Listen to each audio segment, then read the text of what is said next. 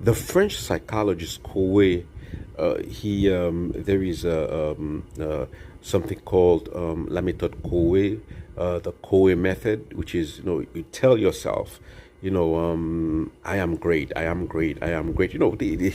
Back in the early 2000s. I remember I used to go to when I first moved to the U.S. I used to go to the to Borders bookstore and buy these tapes, and they tell you I'm great, I feel great, and you say I feel great, I feel great. Yeah, so all of this stuff was based on the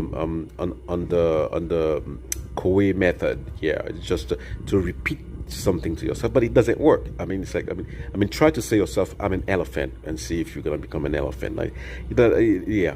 But the it seems like the technique of the Haitian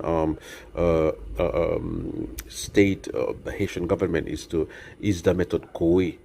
Just say something, say we're gonna have a, we're gonna have a constitution, we're gonna have elections, presidential elections, we're gonna, and that these things are gonna happen, because on the ground nothing is shows that that you can hold elections. On the contrary, the occupation forces, they are gaining more and more territory. They now they have Lagonav, which is an island which is almost the size of Martinique, so it's not small. So now the occupation forces have it, and and La Tibonite, and they keep, even in places like Kinskov, where they keep pushing them back. They push them back into further into the countryside, and they just wait for the police to leave, and then they come back, because I've always argued that their aim is political, is to occupy the country. Afterwards, they have, you can have one de facto